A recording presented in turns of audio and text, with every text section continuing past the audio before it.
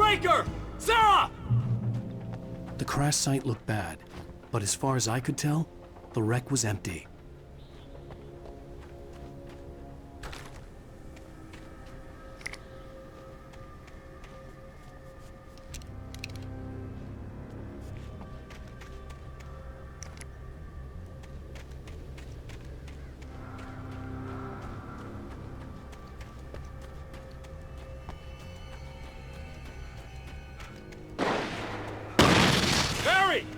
Barry! Oh! Over here! Hang in there, I'm coming!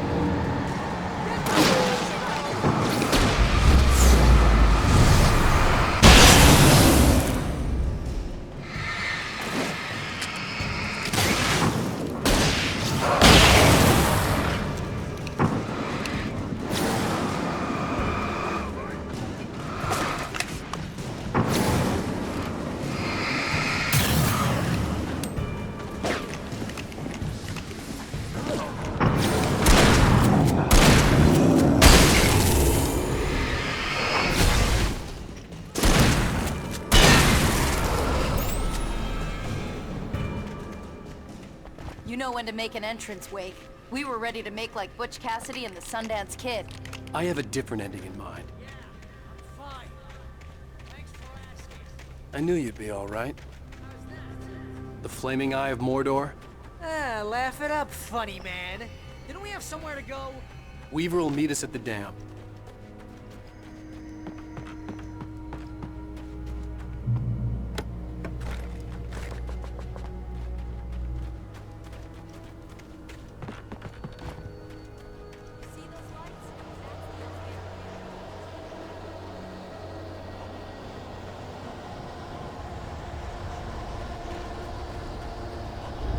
You can't beat a dynamite!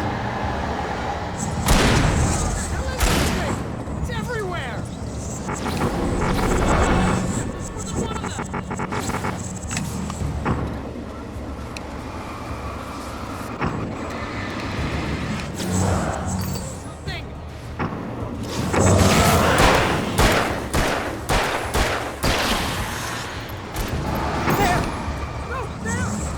They're all over the place!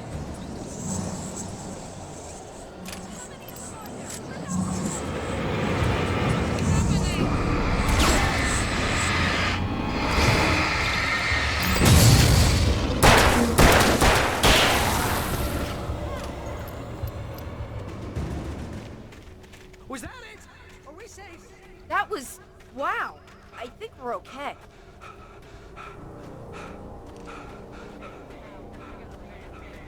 Let's keep our eyes open.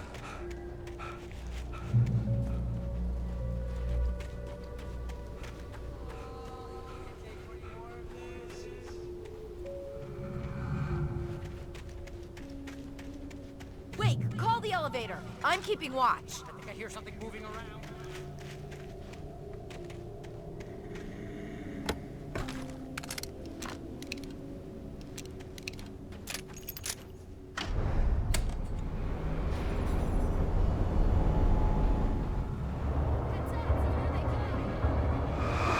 Oh no! Oh no! They're coming! We have to hold them off.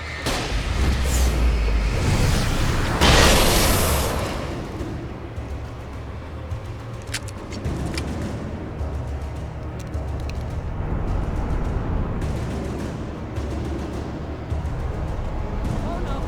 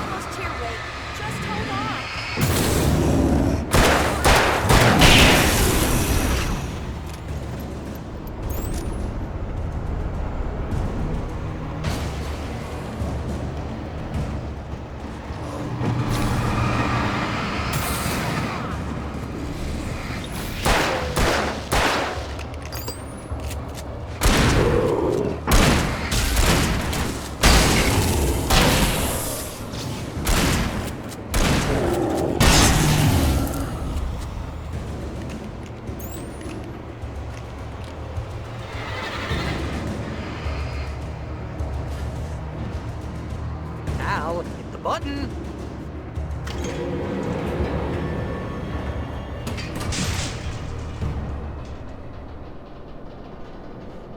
We're almost there.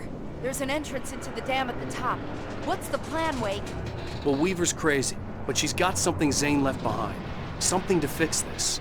Gee, could you be a little more vague? Thomas Zane? Seriously? Might as well be Paul Bunyan or Bigfoot. Yeah, well, he was real.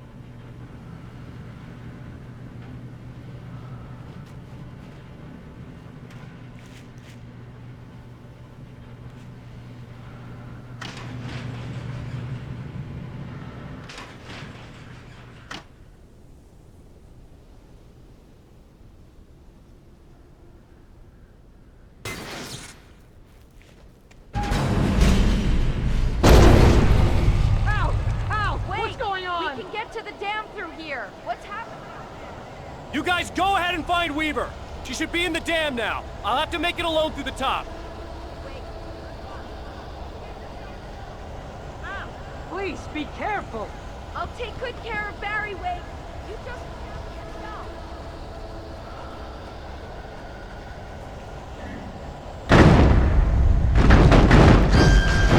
You're kidding me.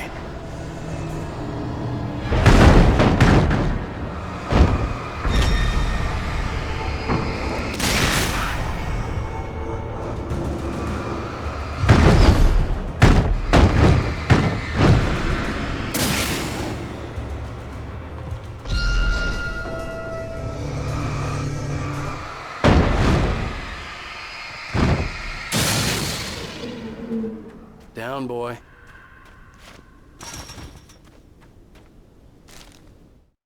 Thomas Zane knew he had to remove all that had made this horror possible, including himself.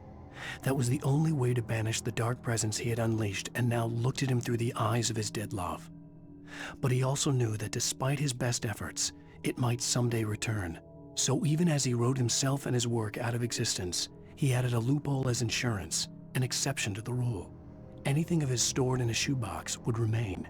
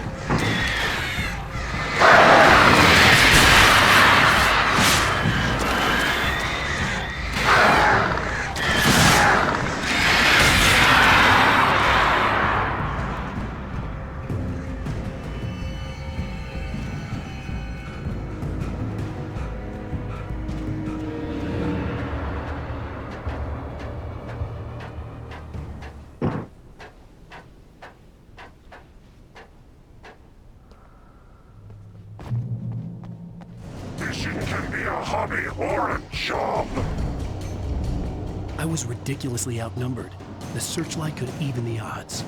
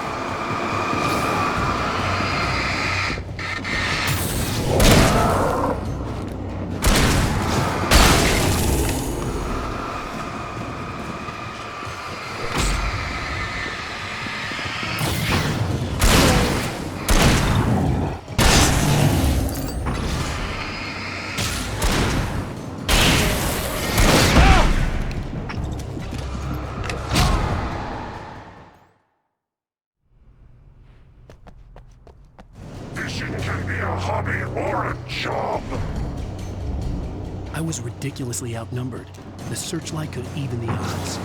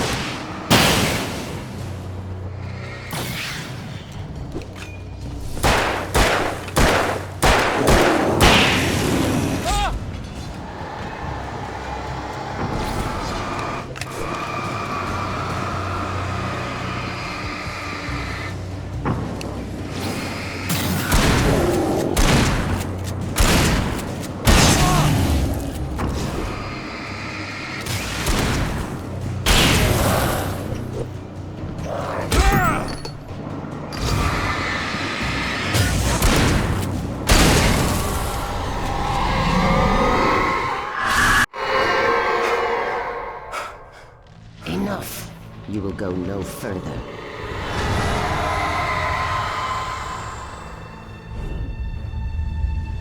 Stop! Stop now!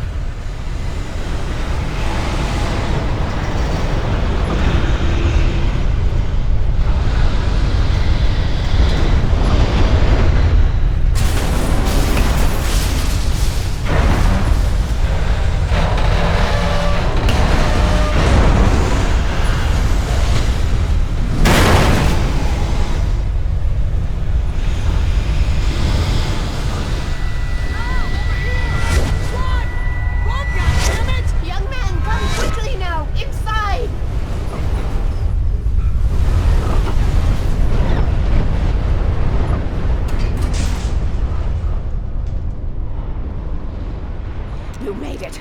Well done. I'm glad I was wrong. But it was a foolish chance to take. Don't worry about the noise. We're safe here. I have looked after the well-lit room for many, many years now. is no shadow in the well-lit room. The power is fail-safe, and all the bulbs are numbered and changed regularly based on their make and model. Right.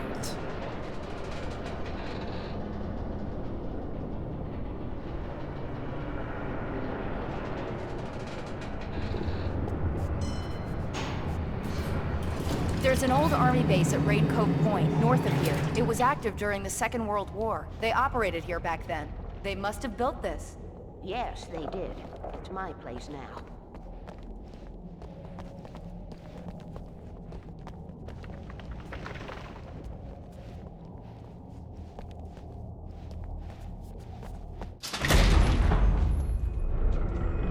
Take it, and I won't need to worry about the room anymore, because 6 and 33 and 118 need changing soon, and I don't want to climb up the ladder to change them because it's very late, and I'm tired.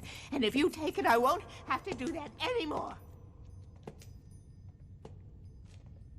The page was autobiographical, a memory from my childhood. But I didn't write this. It was a page written by Thomas Zane.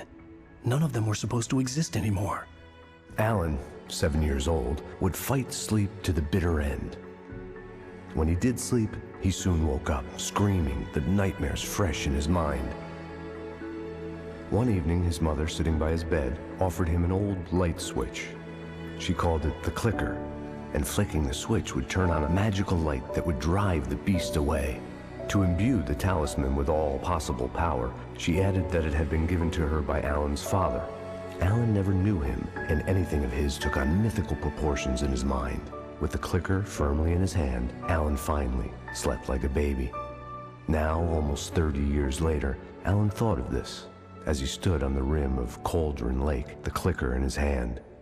He took a deep breath and jumped. My mind swirled. I'd given the clicker to Alice, yet it was here. Zane had written it into existence, in a story I had written. I can get to her now. I can finish this.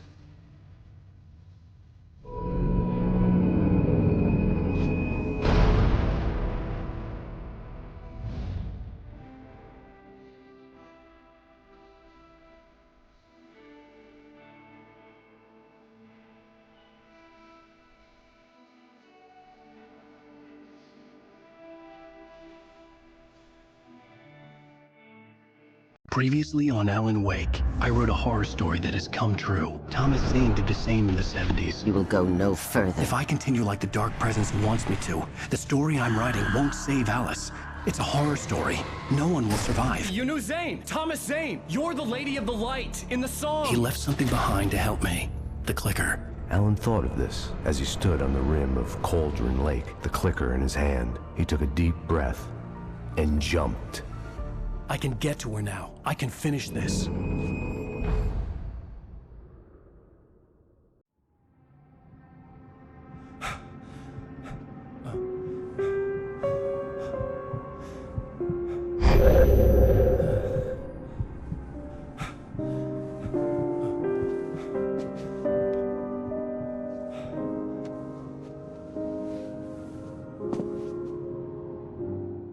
I had a hangover.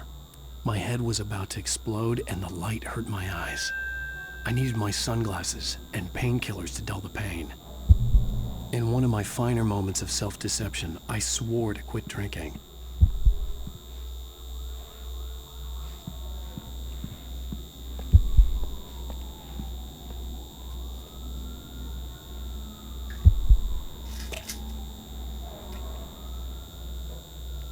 The pills worked fast.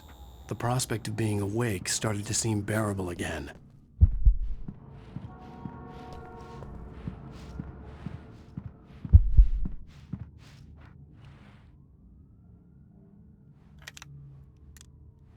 The sunglasses made the world look bearable. Now I could keep my eyes open without feeling like a vampire in the sun. There was a message waiting for me on the machine. You have one new message. Ow! Are you still asleep? Wakey, wakey! You should have your show on your TiVo. If Alice wasn't too mad to record it. She called me earlier and really chewed me out. Yeah, we went a little overboard last night. but parties are a part of this business. Al, look, I'm saying this as your friend. She's not doing your career any favors by trying to run your life like that, okay? I'll talk to you later, Al. Watch the show!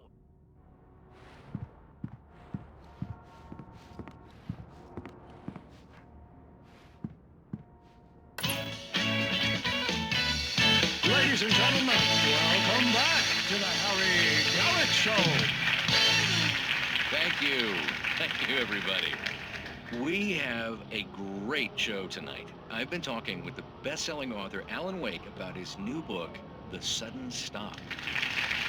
Yeah, good read. Go buy it. No, it is a good read. Look, I'm gonna be honest here. Is that wise? No, but I'm gonna do it anyway. I got people who give me the lowdown on books. I'm a busy guy. But this one, I actually read from cover to cover. I mean, I'm a big fan. Wow, thanks. Now, this might be a spoiler for those who haven't read the book yet. Based on the sales figures, the 2 people out there who haven't read the book yet. But this last book is all about the death of the main character, the hard-boiled New York detective, Alex Casey. Now, there's been a lot of outrage about this. Why the hell did you kill Casey? What the hell were you thinking, man? Good riddance. No, seriously though, 7 years and 6 books is a long time. He was a gloomy guy to spend all your working hours with, and it was a good run.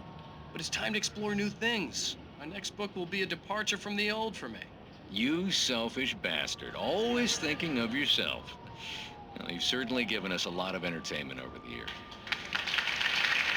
And now that you mention it, Casey was a gloomy guy. Never had much luck with his love life with the ladies. Was that autobiographical in any way? Yeah, no kidding. Casey's lady friends tended to die on him. With Casey, it was all about his pain. No, nothing autobiographical about that. I'm a happily married man. My wife is my muse. Well, congratulations. That's great to hear. So, how's the publicity tour been treating you? Good, great. But I gotta say, I'm glad to be back home in New York. Well, you've certainly been on the news a lot lately. Lots of parties and,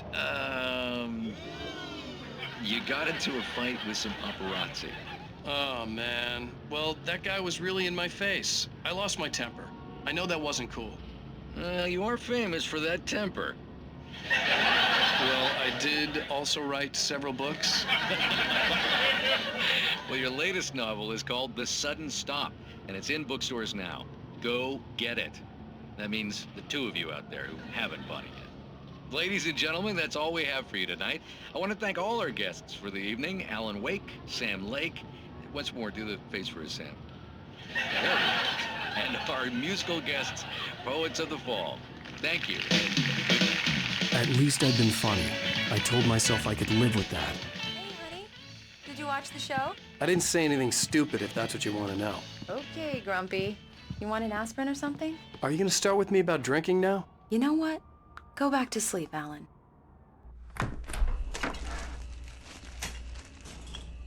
What? Now you can't even talk to me? Well, this morning I was angry because you said you'd be home at midnight and you showed up at 7 a.m. and passed out in mid-sentence. Now I'm over it. Are you angry? This goddamn tour. It's gotten out of hand. Oh, honey. It's almost over, right? We can get back to normal. Then you can start writing again. I'm sorry, honey. Alan, you're not thinking straight. Just take a shower and go back to bed, huh? Yeah, you're right, honey. I'm sorry. Once this is over, let's go away together. A vacation. Just you and me. Some peace and quiet.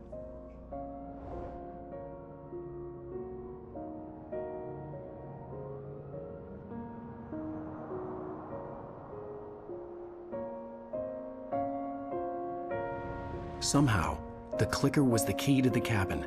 I had to return to Cauldron Lake to save Alice.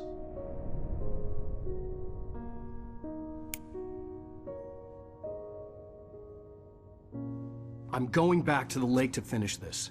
I'm going to write an ending to the story in the manuscript on my own terms, to make it all right. Why can't you just write it here? The last page is still in the typewriter. I need to read it first. Everything needs to be just right. Zane tried to cut some corners, and it didn't end well. Okay, ready when you are.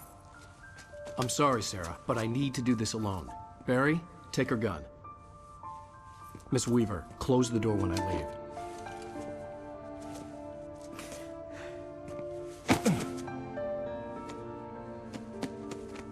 Good luck, Al. See you later.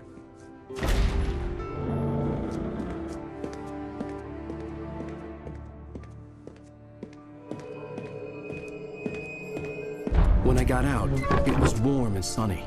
I'd flicked the switch of the clicker. Had it done this? I didn't stop to question it. I had to take advantage of the sunlight to get to the lake. On Zane's page, I'd stood on the rim of Cauldron Lake, about to use the clicker. That's where I was headed.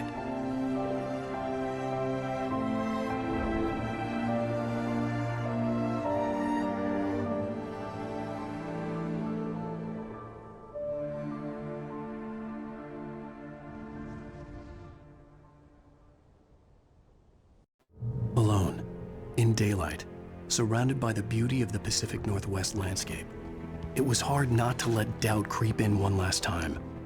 I could still chalk everything up to a dream, a delusion. I had enough imagination to make up something like this, having been in the cabin all this time, trapped in a story inside my head, gone mad from grief over Alice's death like Hartman had claimed. There would be no way of knowing. I told myself it didn't really matter. My course was set.